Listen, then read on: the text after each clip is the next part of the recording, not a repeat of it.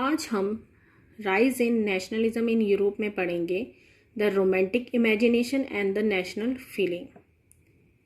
The development of nationalism did not come about only through Wars and territorial expansion, यानी खाली Wars यानी लड़ाई के ज़रिए, और टेरिटोरियल एक्सपेंशन यानी अपना क्षेत्र, अपने एरिया को एक्सपेंड करना। इन दोनों से ही सिर्फ नेशनलिज्म की फीलिंग, राष्ट्रवाद की भावना नहीं लाई जा सकती। फॉर एग्जाम्पल, इसको समझने के लिए हम एक एग्जाम्पल लेते हैं।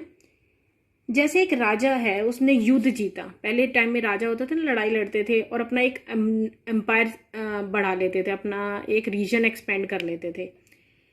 जब आपने लड़ाई लड़ी, अपना एक एम्पायर बना लिया, अब उस क्षेत्र के लोग भी आपके अंदर आ गए, वो क्षेत्र आपके अंदर आ गया। अब जब वो रीजन आपके अंदर आ गया तो उस रीजन के लोग भी आपके अंदर आ जाएंगे। अब वहाँ के लोग आपके रीजन में आ गए, लेकिन क्या उनके सेंटिमेंट्स यानी उनकी भावनाएं और जो उनकी संस्कृति यानी उनके कल्चर होंगे वो क्या आपसे मैच करेंगे? यानी उनकी भावनाएं और कल्चर आपके जैसी नहीं होंगी, वो आपसे अलग महसूस करेंगे। यानी अ sense of collective identity develop नहीं हो पाएगी, यानी एक सामूहिक पहचान नहीं होगी।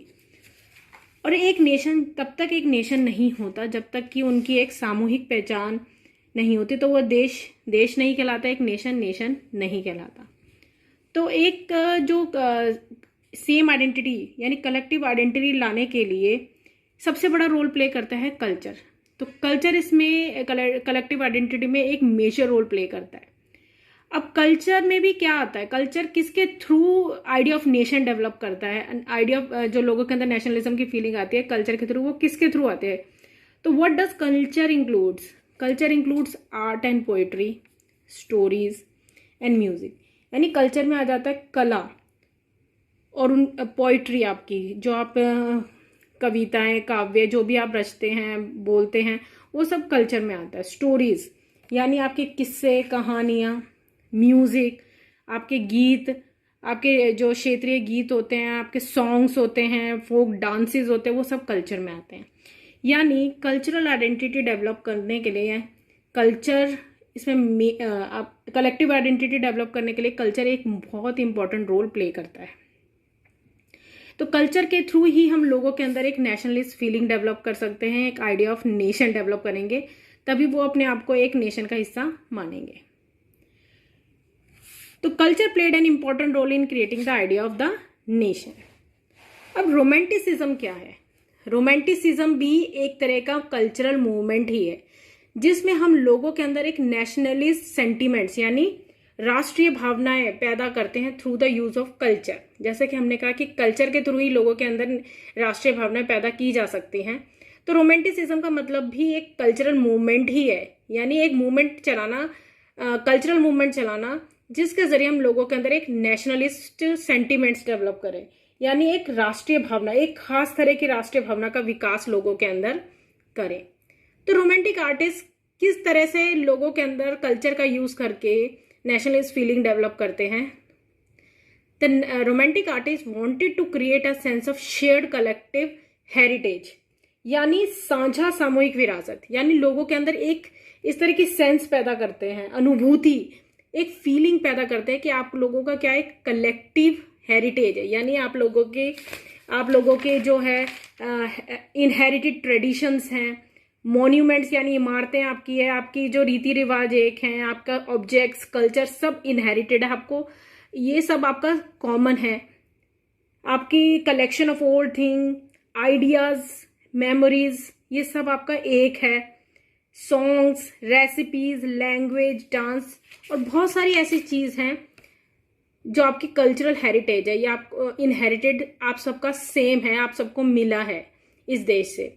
और कॉमन कल्चरल पास्ट, आपका सबका जो कल्चरल पास्ट है सबका सेम है as the basis of the nation. इसलिए आप एक नेशन का हिस्सा, क्योंकि आप लोगों की कल्चरल हेरिटेज यानी एक सामूहिक विरासत है और एक साझा, एक कॉमन जो आपकी क्या है सांस्कृतिक अतीत है, कल्चरल पास आप लोगों का सबका सेम है, इसलिए आप लोग सब उससे जुड़े हुए हैं। तो इस तरह से भावनाएं पैदा करना, इस तरह की जो फीलिंग्स या अनुभूति उनके अंदर पैदा करना रोमांटिसिज्म का काम है, इस मूवमेंट का काम था। तो जो रोमांटिक आर्टिस्ट थे they criticise the glorification of reasons and science.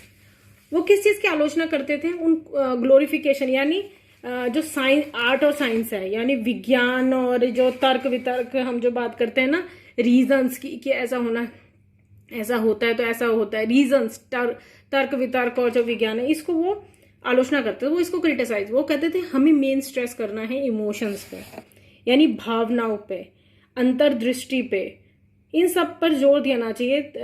तभी लोगों के अंदर क्या आएगी, एक कॉमन कलेक्टिव हेरिटेज की फीलिंग डेवलप होगी, एक सामूहिक सांस्कृतिक पहचान डेवलप होगी और वो अपने आप को एक देश का हिस्सा मानेंगे as the basis of nation. तो इस तरह से कल्चर के थ्रू लोगों के अंदर आइडिया ऑफ नेशन डेवलप करना। इसको हम एक एग्जाम्पल से समझेंगे, एक पोलैंड के एग्जाम्पल से। पोलैंड जो एक कंट्री थी जो ट्रीटी ऑफ वियना में आपने देखा था जो ग्रेट पावर्स थी, रशिया, ऑस्ट्रिया, इन सब ने क्या कर दिया था, जो पोलैंड को बांट दिया था। लेकिन पोलैंड ने फिर भी लोगों के अंदर एक नेशनलिस्ट फीलिंग किस तरह से डेवलप करी थी, by the use of culture. तो हम वो एक एग्जाम्पल के थ्रू समझते हैं। By using folk songs, folk poetry and folk dances, यानी स्थानीय बोलियों, स्थानीय गीत और स्थानीय जो आपके डांसेस होते हैं उसके थ्रू किस तरह से पोलैंड ने अपने लोगों के अंदर राष्ट्रीय भावना जो थी वो पैदा कर रखी थी, बनाए हुए रखी हुई थी। तो उनका उद्देश्य था कि सिर्फ प्राचीन राष्ट्रीय भावना जो है ना, उनका मेन मोटिव सिर्फ ये नहीं था कि जो उनकी जो नेशनलिस्ट फीलिंग है वो वापस आए, साथ में वो चाहते थे कि ज्यादा से ज्यादा लोगों तक ये संदेश पहुंचे जो लोग क्या हैं, निरक्षर है यानी इलिटरेट हैं, जो पढ़ लिख नहीं सकते, उन तक इन फोक डांस, फोक पोएट्री और फोक सॉन्ग्स के थ्रू लोगों के अंदर, और जो अनएजुकेटेड हो उन तक ये मैसेज पहुंचाना, इनके थ्रू एक नेशनलिस्ट की फीलिंग डेवलप करना। Poland was no longer existed as an independent territory. Poland जो था एक इंडिपेंडेंट टेरिटरी नहीं थी, इसका पार्टीशन कर दिया गया था by the great powers at the end of 18th century, Russia, Prussia and Austria. लेकिन ऐसा होने के बाद भी जो पोलैंड था उसने फोक सॉन्ग, फोक डांस, इसके थ्रू लोगों के अंदर नेशनलिस्ट फीलिंग बनाए हुए थी।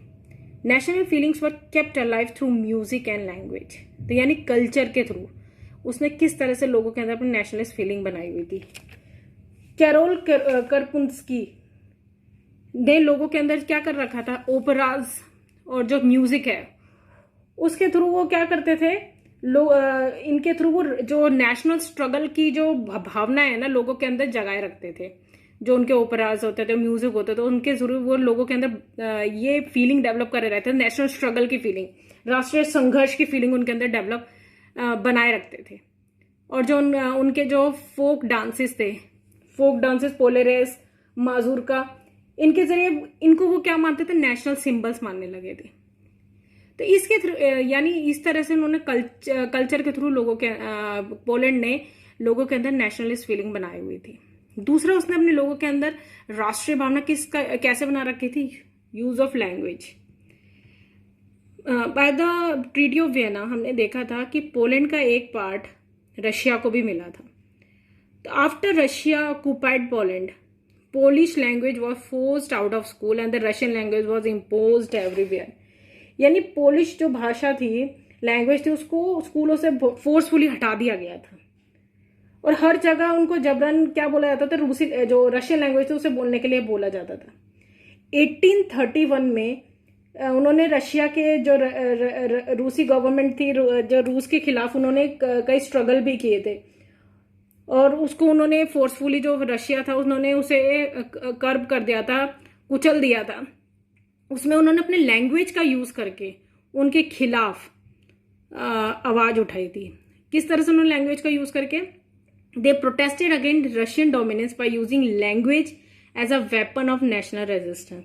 यानी अपनी रशियन जो डोमिनेंस के खिलाफ उन्होंने अपने लैंग्वेज का यूज करके उनके खिलाफ आवाज उठाई थी। यानी उन्होंने रशियन लैंग्वेज का यूज कहीं नहीं किया, उन्होंने चर्चिस में, अपनी गैदरिंग्स में, कोई भी उनका रिलीजियस इंस्ट्रक्शंस होते हैं यानी धार्मिक प्रचार होता था कहीं पर, धार्मिक शिक्षा होती थी, वहाँ पे वो सिर्फ पोलिश लैंग्वेज का यूज़ करते थे, कहीं भी रशियन लैंग्वेज का यूज़ नहीं करते थे। इसके बाद क्योंकि वो यूज़ करते थे पोलिश लैंग्वेज का, इसलिए उनके जो प्रीस्ट थे, पादरी थे, बिशप्स थे, उनको जेल में डाल दिया गया और साइबेरिया में भेज दिया गया as a punishment for the refusal to preach in Russian. Russian ये हमारा रशियन में नहीं, रशियन लैंग्वेज में वो नहीं करते थे, इसलिए उनको एज अ पनिशमेंट साइबेरिया भेज दिया गया। तो इस तरह से उन्होंने अपनी लैंग्वेज का यूज करके अंदर लोगों के अंदर नेशनलिज्म की फीलिंग, राष्ट्रीय भावना पैदा करी थी। तो Polish language was used as a symbol of the struggle against Russian dominance. इस तरह से उन्होंने जो पोलिश लैंग्वेज का यूज करके जो रूसी डोमिनेंस था, रशियन डोमिनेंस था, उसके विरुद्ध जो स्ट्रगल थी, ये उसका सिंबल था। Use of Polish language was use as a symbol of the struggle against Russian dominance. तो इस तरह से हमने देखा कि किस तरह से कल्चर का यूज करके फोक डांस कल्चर यानी फोक डांस, फोक म्यूजिक, अपनी लैंग्वेज, इनका यूज करके हम किस तरह से लोगों के अंदर नेशनलिज्म की फीलिंग, आइडिया ऑफ नेशन, राष्ट्रीय भावना हम किस तरह से बनाए रख सकते हैं और पैदा कर सकते हैं। Now we will study about hunger, hardship and popular revolt, यानी भूख, कठिनाई और जन विद्रोह। जैसा कि हमने पढ़ा है कि 1830 टू 1848 में बहुत सारे रिवोल्ट हुए थे। तो जो सबसे पहला रिवोल्ट फ्रांस में जुलाई 1830 में हुआ था, जिसने उसमें क्या हुआ था कि 1815 के बाद जो बुर्बो किंग्स थे उनको वापस पावर में ले आए थे बाय कंजर्वेटिव्स उनको वापस पावर में ले आए थे। लेकिन बाद में जो लिबरल रेवोल्यूशनरी थे यानी उदारवादी क्रांतिकारी थे, उन्होंने जो बुर्बो किंग्स था यानी जो वो ले आए थे कंजर्वेटिव, उसे क्या करते हैं, दे वर ओवरथ्रोन बाय लिबरल रेवोल्यूशनरीज। यानी लिबरल रेवोल्यूशनरी ने जो बुर्बो किंग्स को जो वापस ले आए थे उनकी सत्ता को उखाड़ फेंका था। तो जब ऐसा किया तो फिर 1830 में क्या हुआ था, Louis Philippe was made constitutional monarch, यानी उन्होंने लुइस कॉन्स्टिट्यूशनल मोनार्की आ गई थी और उन्होंने लुइस फिलिप्स को उसका हेड बना दिया था। ये हमने पीछे देखा 1830 टू 1848 में हमने रिवोल्ट के बारे में जब हम बात कर रहे थे। अब क्या होता है कि 1830 जो का पीरियड था यूरोप के लिए बहुत ही हार्डशिप का टाइम था, यानी बहुत ही कठिनाई का टाइम था। 1830 का जो दशक था जो यूरोप में भारी कठिनाई, बहुत ही मुसीबतें लेकर आया उनके लिए। The first half of the 19th century saw an enormous increase in population all over Europe। यानी इस जो 19th सेंचुरी थी का जो फर्स्ट हाफ था उसमें क्या हुआ, जो यूरोप थी उसकी पॉपुलेशन बहुत इंक्रीज हुई। तो उसका इम्पैक्ट क्या हुआ, इंक्रीज इन पॉपुलेशन के क्या इम्पैक्ट हुए यूरोप में। पहला इम्पैक्ट हुआ अनएम्प्लॉयमेंट यानी बेरोजगारी। दूसरा राइज इन फूड प्राइसेस यानी खाने पीने की चीज़ों के मूल्य बढ़ना। तो हम देखते हैं अनएम्प्लॉयमेंट का क्या, जब अनएम्प्लॉयमेंट आई due to increase in population, तो जिन लोगों को जॉब्स चाहिए थी वो लोग ज़्यादा थे कंपैरिजन टू जो जॉब्स अवेलेबल थी, यानी नौकरी ढूंढने वालों की तादाद जो जॉब्स अवेलेबल थी उससे ज़्यादा थी। तो लोग क्या होने लगे, माइग्रेट होना शुरू हो गए सिटीज़ की तरफ, यानी उनका जो रूरल एरिया से जो एक्सेस पॉपुलेशन थी वो कहाँ जाने लगी, अब शहरों में जाने लगी। लेकिन शहरों में भी उनकी कठिनाइयों का यानी उनकी जो प्रॉब्लम्स का सॉल्यूशन नहीं निकला। वहाँ पे वो कहाँ रह रहे थे, they live in over crowded slums, यानी वो भीड़ भरी जो गरीब बस्तियाँ थी उनमें रह रहे थे, स्लम एरियाज़ में।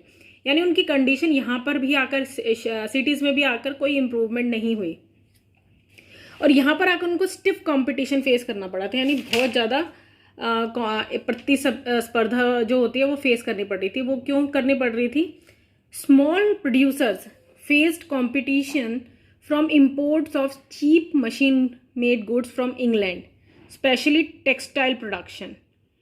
यहाँ पर क्या होता है, जो छोटे छोटे जो प्रोड्यूसर्स थे उनको जो यहाँ पर आपको जो इंग्लैंड है उसमें सबसे पहले इंडस्ट्रियलाइजेशन शुरू हुई थी।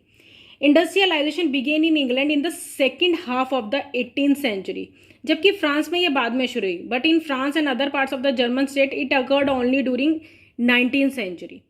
तो जो इंडस्ट्रियलाइजेशन इंग्लैंड में बहुत पहले शुरू हो गई थी, इस वजह से जो स्मॉल प्रोड्यूसर्स थे जो फ्रांस में, उनको जो इंग्लैंड से बने हुए चीप गुड्स थे, मशीनरी गुड्स थे, उनसे कंपटीशन फेस करना पड़ता है। स्पेशली टेक्सटाइल प्रोडक्शन यानी कपड़े के क्षेत्र में, कपड़ा उद्योग में उनको ज़्यादा कंपटीशन फेस करना पड़ रहा था, क्योंकि जो इंग्लैंड था उसके मशीन मेड गुड्स जो थे बहुत चीप थे, जबकि फ्रांस में जो गुड्स जो होते थे वो घरों में बनाए जाते थे, वर्कशॉप्स में बनाए जाते हैं यानी छोटे कारखानों में बनाए जाते थे, और उनका काम पार्टली मैकेनाइज था यानी मशीनों पे उनके काम कम होते थे, उनके इसलिए चीज़ें महंगी होती थी, जबकि इंग्लैंड का चीप गुड्स से उनको कंपटीशन फेस करना पड़ रहा था। तो इसकी वजह से उनको यहाँ पर अगर चाहे वो माइग्रेट होकर सिटीज़ में आ गए थे, लेकिन उनकी हार्डशिप जो थी ना, कठिनाइयाँ कम नहीं हो रही थी। तो this led to hardship in France. तो फ्रांस में जो है एक कठिनाई का दौर चल रहा था। दूसरा हमने कहा कि जो rise in population, increase in population का दूसरा इम्पैक्ट हुआ राइज इन फूड प्राइजेस। जो यूरोप के रीजन्स थे जहाँ पे अरिस्टोक्रेसी अभी भी पावर में थे, regions of Europe where aristocracy still enjoyed power, वहाँ पे जो पीजेंट्स थे वो अभी भी जो फ्यूडल ड्यूज और ऑब्लिगेशंस थी यानी सामंती शुल्क और जिम्मेदारी तो उसमें दबे हुए थे। और जो वहाँ पे राइज इन फूड प्राइजेस हो रहे थे, क्यों हो रहे थे rise in food prices? Due to bad harvest, यानी वहाँ पे बहुत फसल अच्छी नहीं हुई थी, क्रॉप फेलियर, तो फूड ग्रेन की शॉर्टेज हो गई थी। क्या हो गई थी? फूड ग्रेन की शॉर्टेजेस हो गई थी। तो इससे क्या हुआ? वाइड स्प्रेड पॉपुलिज्म हो रहा था, यानी बहुत ज़्यादा गरीबी होती जा रही थी। ये पॉपुलेशन इंक्रीज़ की वजह से शहरों में प्रॉब्लम और ऊपर से फूड ग्रेन शॉर्टेज हो गई, तो इससे बहुत ज़्यादा जो थी गरीबी, पॉवर्टी बहुत ज़्यादा होती जा रही थी, तो जिसकी वजह से प्रॉब्लम क्रिएट हुई हंगर की। तो यानी फ्रांस जो था वो किन किन प्रॉब्लम से जूझ रहा था? हार्डशिप एंड हंगर, यानी कठिनाइयों का दौर चल रहा था उसके ऊपर से भूख से वो बेहाल था फ्रांस। तो इन दोनों केस में क्या हुआ? वहाँ पर रिवोल्ट हुआ, यानी year 1848 was one such year of revolt. वहाँ पे रिवोल्ट हुआ, यानी लोग जो हो गए थे वो बहुत परेशान हो गए थे, तो लोग outburst of people in 1848, this led to revolt. तो एक रिवोल्ट हुआ। Food shortages and wide spread unemployment brought the population of Paris out on the road. तो लोगों ने इसके जिम्मेदार किसको ठहराया? राजा को, क्योंकि राजा ही उस टाइम पोजीशन में था, तो उनको लगा था हमारी सारी परेशानियों की जड़ क्या है? राजा है। और राजा कौन था? लुइस फिलिप, जो कॉन्स्टिट्यूशनल मोनार्क था। तो अब डर के मारे जब लोग उसके अगेंस्ट खड़े हो गए तो वो राजा अपनी पोजीशन छोड़ के भाग गया। The Louis Philippe was forced to flee from his position. अब ऐसे में किसी ना किसी को तो संभालना ही था ना, पोजीशन कोई तो संभालेगा। So national assembly proclaimed a republic, यानी उसने गणतंत्र की घोषणा कर दी नेशनल असेंबली ने। और जो भी 21 साल से 21 ईयर्स ऑफ एज से ऊपर के जो भी एडल्ट मेल्स थे उनको राइट टू वोट दिया गया, and guaranteed right to vote and right to employment. This is right to employment, this is right to employment. So this is right to work, or you can say right to employment. Now we will study about story of weavers in Silesia. In 1845, weavers in Silesia had a revolt against contractors who supplied them raw material and gave them orders for finished textiles. तो एक 1845 में Silesia में जो viewers थे यानी बुनकर थे, उन्होंने जो वहाँ के कॉन्ट्रैक्टर्स थे यानी ठेकेदार, उनके खिलाफ रिवोल्ट किया। जो कॉन्ट्रैक्टर्स थे वो उनको क्या प्रोवाइड करते थे? रॉ मटेरियल यानी कच्चा माल, और उसके बदले वो उनको ऑर्डर देते थे फिनिश गुड का, यानी वो उनसे बना हुआ कपड़ा यानी निर्मित कपड़ा लेते थे, लेकिन उसके बदले वो उनको लेस पेमेंट करते थे। They gave less payments for the finish good. जो कॉन्ट्रैक्टर्स थे वो वीवर्स को बहुत ही कम पेमेंट देते थे, क्योंकि वहाँ पे जो जॉब्स की डिमांड ज़्यादा थी, तो वो उस चीज़ का फ़ायदा उठा रहे थे और इसलिए उनको पेमेंट बहुत ही कम दे रहे थे।